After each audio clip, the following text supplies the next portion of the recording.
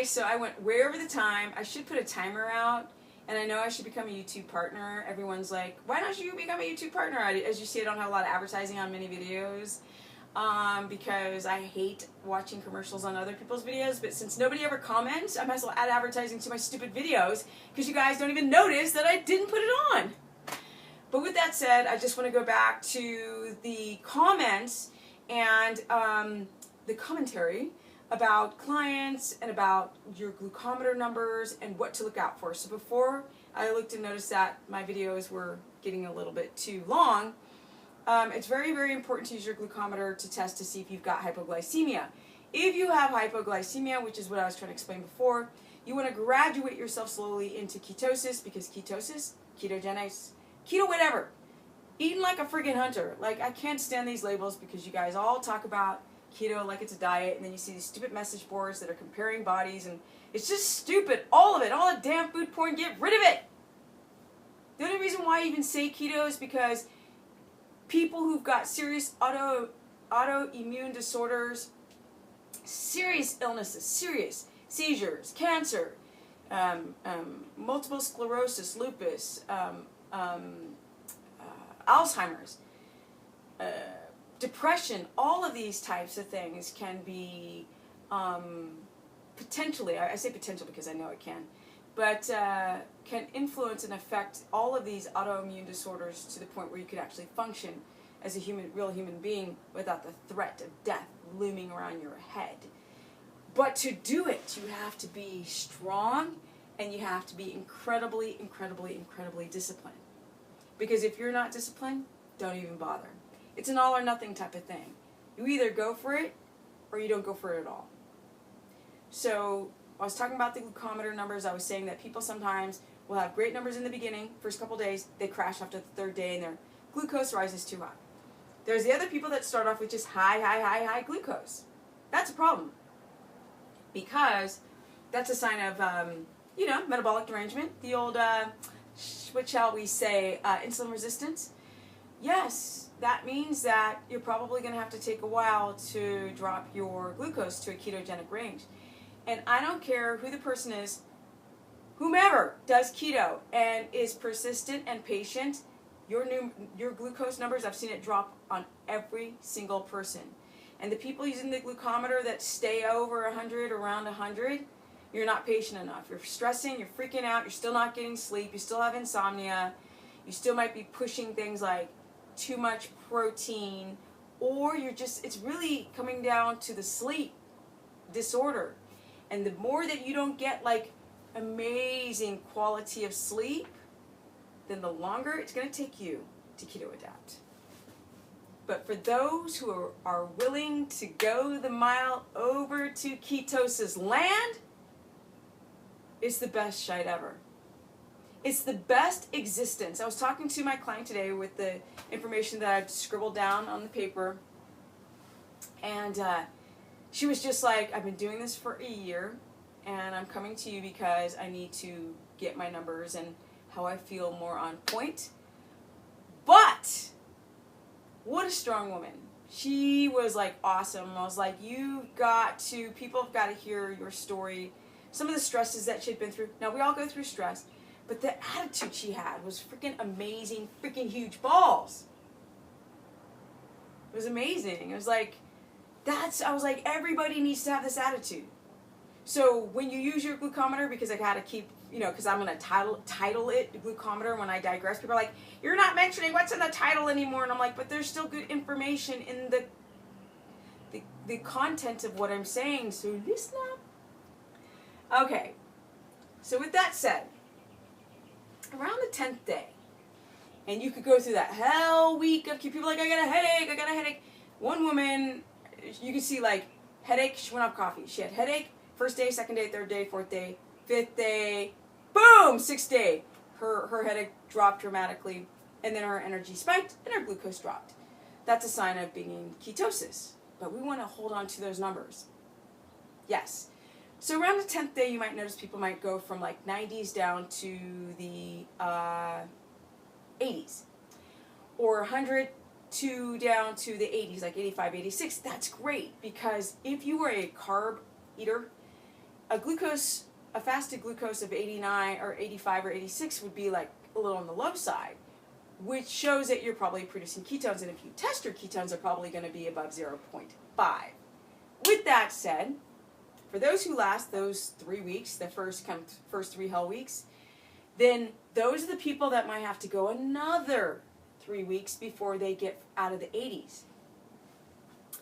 For those who stay around 100 for 2 months, you seriously have some metabolic derangement. You seriously are not disciplined enough. You need to stretch, right? You need to open up the body, you need to breathe, you need to chill, you need to turn off the technology, yeah? Get off these, like I got this EMF poisoning all around me. You need to get off these mother suckers, and you just need to sit, and you need to be like, I'm just chilling. I'm just chilling with what? My blue blockers. I got to keep reminding you guys to get the blue blockers, right? Because it doesn't matter. Lamps, daylight, television, computers. Yes, they omit daytime light, messing with your freaking brain, right? Your pineal gland.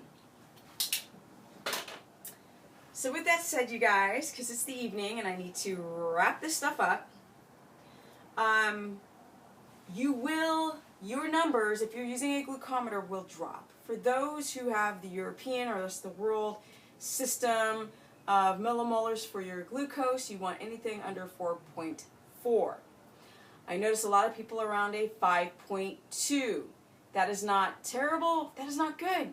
For those who are at a 5.6, 5.7 and higher, you got some insulin resistance issues. And I'm getting a lot of diabetics, so that would be normal, right?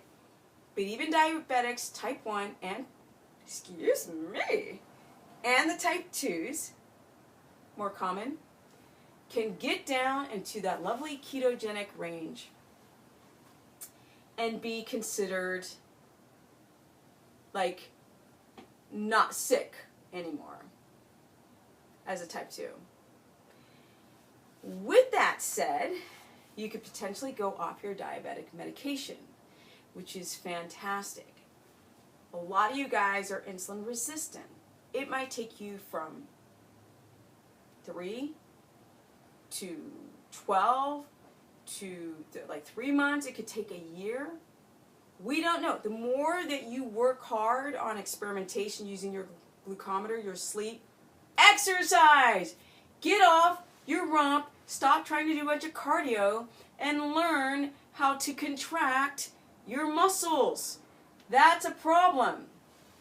A lot of you guys are not using your body like, well, can I just do the aerobics class? Can I do the spin class? Can I ride my bike? Can I go jog? No!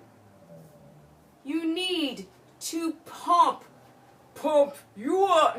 You need to pump your muscles. You need to get nice blood flow to the muscle fibers.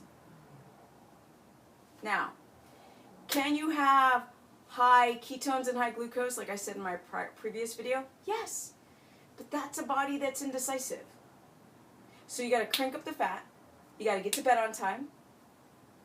You have to make sure that you do not have a dysbiosis of the gut. Your IgA barrier is working. Your stomach acid is at the right level. That you're not dealing with any acid reflux. We got to make sure you're not constipated. If you have the symptoms of constipation or you get sleepy in the afternoon, especially after lunch, these are signs of metabolic damage, and these systems have to become healed first. Even if you hit ketogenic numbers, which would be 2.0 and a glucose under 80 or like a glucose in the 70s, or if you're below 4.4, even if you're at those ketogenic glucose and ketone numbers, you still have to get your body to be addicted to the fat, and that is going to take time. Because before you can really start fasting, which I don't understand all these blogs about intermittent fasting. If you intermittent fast too soon and you're not in ketosis, you're catabolic. You're just breaking down muscle. And I know people want to give their digestive system a rest. You don't need to give your body a rest. Just give it a rest from crappy food, from processed food. That's all you need to do. You need to check things like your gallbladder. You need to check to see if you've got any issues with the caprylic acid from the MCTs. because some people feel nauseous from it. They think it's keto, the keto flu, when it's really the coconut oil, the MCT oil. These types of things can affect your numbers. But the main thing that I notice that makes people have their glucose too high in the morning is from poor sleep.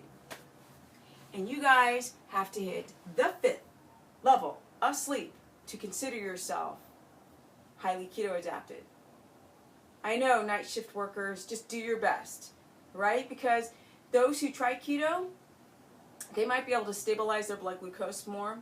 They might be able to get some of the stress down. And we all know I need to do a humongous video on histamines. Like, that's the thing I'm studying about now. Probably won't do now because the sun's going down. It's the evening and I need to relax because I had an amazing epic workout and I've been working all day long. Contrary to what people believe, they think about the gym all day long, but I'm actually working. Okay, histamines, that's another video, but I really want you guys to be aware of it. Histamines can block your keto adaptation, right? So if certain foods, if stress creates an overproduction of histamines in the body, that might be another reason why your numbers are all wickety, wackety, wonky. So you guys, if you're doing the ketogenic diet and you just never get out, if you're shaky and your glucose is either too low and your ketones are too low, or you're shaky and your glucose is too high and your ketones are too low, then you might want to restart and go to all whole foods and graduate yourself down slowly into keto. And for those who have a glucose around 100 or 90 something, get your darn stress down and learn how to relax. You guys all think that you're so chill. You're not chill. The numbers are telling you differently. And your body gets used to the stress response. And your cells become addicted to the chemicals of stress. You have generations of cells born to crave stress. And your body will manufacture a stressful situation to keep those chemicals going because it becomes addicted to that whole cascade. You think you're not stressed? We're all stressed. As long as we have technology around us, we're stressed. So the thing that I say to people is manage your stress and give your body all the tools that it can to fight this stress so you can sleep, so you can get your adrenals to function properly. So you guys, you men, what the HE double freaking L? Your testosterone is way too low. Your DHT is too high. And you have too much estrogen. You know how I know? Because I just see you guys walking down the street. In the bank, supermarket, gym. Your testosterone's low. DHT is too high. You're going to be depressed and you won't even know it. You think you're fine, you're not. You guys have to reevaluate everything in your life to be more healthy. This is the only reason why I even push keto. I mean, frack, I could talk about skateboarding all day long, really, or photography, or any of the other things I love, traveling. But I'm pushing this because we have a world of sick people who are not happy, who have zero energy. So yes, get your darn glucometer. Freestyle makes a cheaper ketone monitor and strips. Go on eBay to find your strips. Amazon will freaking burn a hole through your pocket. And certain companies have different countries, I'm sorry. Yes, we're all in a bunch of companies because we're in the United States of a company. But all the different countries outside the U.S. have different glucometers. Sometimes they're hard to get. I suggest going to iHerb because they ship internationally to most countries except for Germany. And eBay, especially in the UK, they sell them really cheap on eBay in the UK, so I heard. Know your numbers. Know that to be in ketosis, you want to be below 80 and above 0.5, closer to the 2.0 for your millimolars ketones, and for the millimolars for glucose for the rest of the world, under 4.4. That's the stuff you want to look for. And if you have high ketones and high sugars, your body's still running on sugar. And you're using just enough ketones to feel better, but never enough ketones to what? Have energy, energy, energy, energy. So with that said, guys, stop being in a damn hurry to lose weight. It's not about losing weight, it's about getting healthy